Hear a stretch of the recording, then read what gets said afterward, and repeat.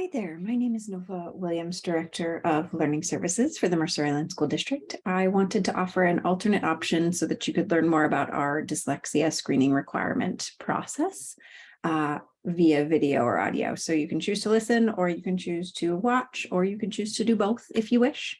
But we'll run through what our process looks like and some questions connected to that. So just as an introduction to this process, since 2013, we've been screening all students in areas of literacy skill.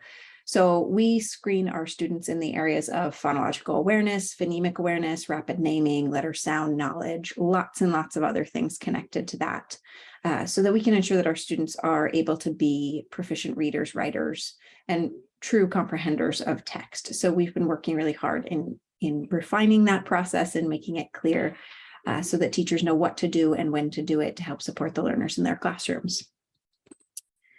So why we started this work is different from why the legislature has passed the law. So we started this work after the Different Learners Review. We had some associated recommendations to identify areas of need for students and intervene as appropriate so that we could ensure that we close those gaps as quickly as possible. What we know is that the evidence suggests and proves that an earlier intervention is going to be the best case scenario for a child. So we want to try to intervene as quickly as possible. In 2018, after we'd been doing our screening process for a while, the Washington State Legislature passed a requirement to screen for areas of weakness associated with dyslexia. We are not diagnosing children with dyslexia. That is not part of the law. What we are doing is screening areas of weakness associated with dyslexia. That doesn't mean a child does have dyslexia. What that means is that the student exhibits some challenges in reading. And that's really what we care most about, is making sure that we're identifying their challenges and supporting and intervening as appropriate. So that legislation basically said that we would have to start that process in the year 21-22. For students in grades K2, we began that last year in our school district, and we are refining it this year so that we can be better at it. Certainly, we were not perfected in this first year go around, and we're going to work better to be better communicators and better in this process as we go forward into this year, the 22-23 school year.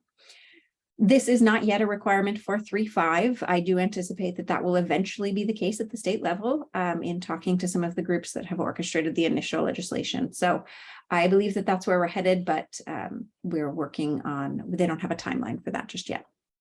So ultimately, what we know is that this process is what's best for kids. So while it feels like a lot of testing for parents, it certainly is what's best for kids. Reading is one of the most important skills that students will obtain in their time as an early learner.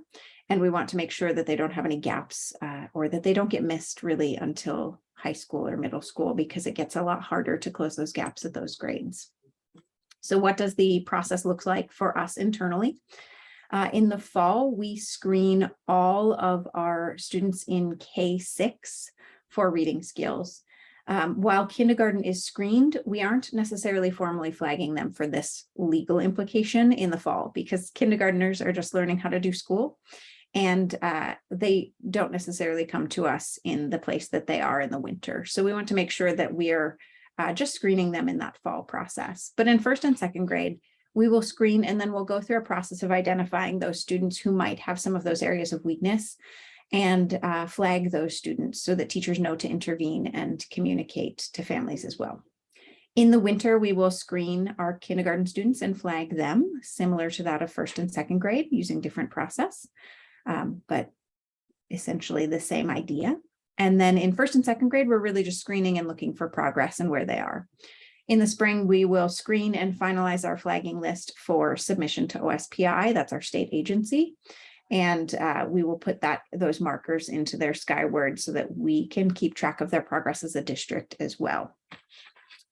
So while we screen every period, fall, winter, and spring, not all students will be flagged in each of those windows, of course. So you'll be posted as that goes through, and you won't necessarily know that they've been flagged until we actually finalize that process. So there are several steps to that process. So let's talk about what it looks like for you as parents. All K6 students are screened for reading skills. Teachers will begin those appropriate interventions as possible. Those structures are more wide nets in K5. And then only those K2 students are going to be directly impacted by that bill, which is areas of weakness associated with dyslexia. So kindergarten students are flagged at the earliest in winter, and first and second grade students are initially flagged in the fall. Some of them might continue from last year, and then we'll check in on their fall data to see if they've made progress to be removed from that list. All families will receive notification of the screening. That's what you're hearing from us now. And then only families whose students might have those weaknesses will be communicated with next. What we will do is ask you for some additional information so that we can make our formal identification. And then once we've got that information, that will help us finalize our list. So it is really important when you get that email from us, if you get that email from us, that you complete that survey of information. It'll ask you a lot about the birth of your child, the early development of your child, whether or not they enjoy reading, whether or not you have dyslexia or reading challenges in your family. And all of that will help negotiate whether or not your student might be most at risk for some of those things. What does our intervention look like? So teachers start this as soon as they get the data back. So our teachers right now already have data back, and they are already working through this. We have, however, in K2 recently adopted Benchmark Advance, which is our new literacy tool. Our team of teachers that decided on this really liked this tool for a lot of reasons. It has a great phonics program, and it has great options for small and whole group. So those small and whole group exists in phonological awareness, phonics, and then they have lots of options for reading comprehension. It used to be that we leveled students into leveled groups, and the research tells us, and evidence tells us, that we might be limiting students in that way if we place them in groups that way. Instead, we'll focus on what skills in what we call Scarborough's reading rope might be things that they need to enhance upon. So do they need to have more metacognitive strategies as readers? Are they struggling with print concept, with fluency, vocabulary, language, structures like syntax and those sorts of things, and help support them in that way? All of that said, the teachers are still working through this curriculum. So we're still refining those grade levels. Now, even though we're refining those things as we go through the grade levels, we have done extensive work in training our teachers. And Dr. Moat says programs don't teach children, teachers do. And that is so true of our teachers. So they have these skills, and they have a need and desire to do what is best for your readers. So all of our teachers in K2 and 5th grade have been trained in letters to support that work. And we're working through 3rd and 4th grade in the coming years. And they also have some supplemental tools. So they have Hagerty phonemic awareness tools. They have some multisensory tools to use. They have grapheme boards, felt pieces, magnetic wands, chips, phoneme cards, so that we can have that multimodal instruction for kids as we go forward in their work. And then we also provide guidance to staff and supporting learners through our literacy protocol, which is fairly extensive, and our professional learning and instructional coach support. So just know that even though we're working through a new curriculum and how that looks in developing those small groups and supporting learners, regardless of the curricular tool, our teachers know how to support learners, and they are doing their best to do so.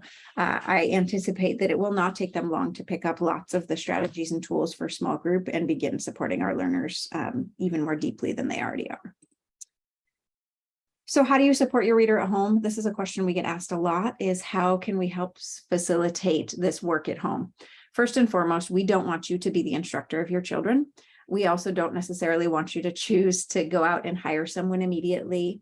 But there are some things that you can do. And it may, at a point as a parent, you may have to decide that it is best for you and your family to have someone work with your child. And that is up to you and your family prerogative. But what we say to all parents is that one of the greatest impacts on your child as a reader is going to be to read to them. So please read to your child, with your child, and around your child, and engage in those conversations using adult vocabulary, talking through how you are as a reader, all of those sorts of things. We do have some resources available for you to be able to do that, but it is helpful for you at home to be reading with your child, to your child, no matter what age, to be quite honest.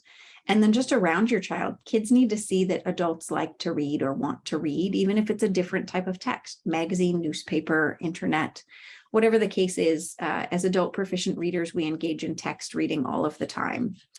And then resources, we have lots of resources available. So this will be linked to our website if you want to go there And you'll be able to find all of these resources there. We have some external resources listed there, and then you see the ones that start with MISD.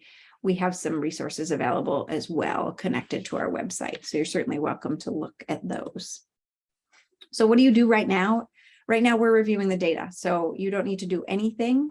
When you get an email from us, please respond to that with the information. It is confidential. I will not share that. I am the only human who is looking at that information. You do not need to worry about it getting shared broadly to other people. So please fill that out so that we can make the best decision for your child. And then I will notify your teachers if and when we decide that they need to be formally flagged. And I will also notify you. For more information about our process, if you want to read about the whole process and what it looks like and what our tools are and all of that stuff, you're welcome to go to our website, which is www.mercerislandschools.org/dyslexia, and find some more information there. But for right now, you don't need to do anything. We are just notifying you that we have screened and we are about to look at the data, and that we will let you know if we need any more information for you. Beyond that, I would just say, at home, read with your child, enjoy reading with your child, engage in those conversations. Oral language is the foundation to all things reading. So it'll be essential that you're engaging in that with your kiddos, or that someone in their family is doing so. That will be the biggest boost for them, regardless of what their abilities are presently as a reader. So thank you so much for your time, and I look forward to communicating with you further and finding out more about your families, but feel free to check in on our website. If you have questions or concerns, the first best person to contact is your student's teacher, because they know your child best, far more than I do, certainly. So I would definitely recommend going to your teachers for that. All right, thanks so much. Have a great day.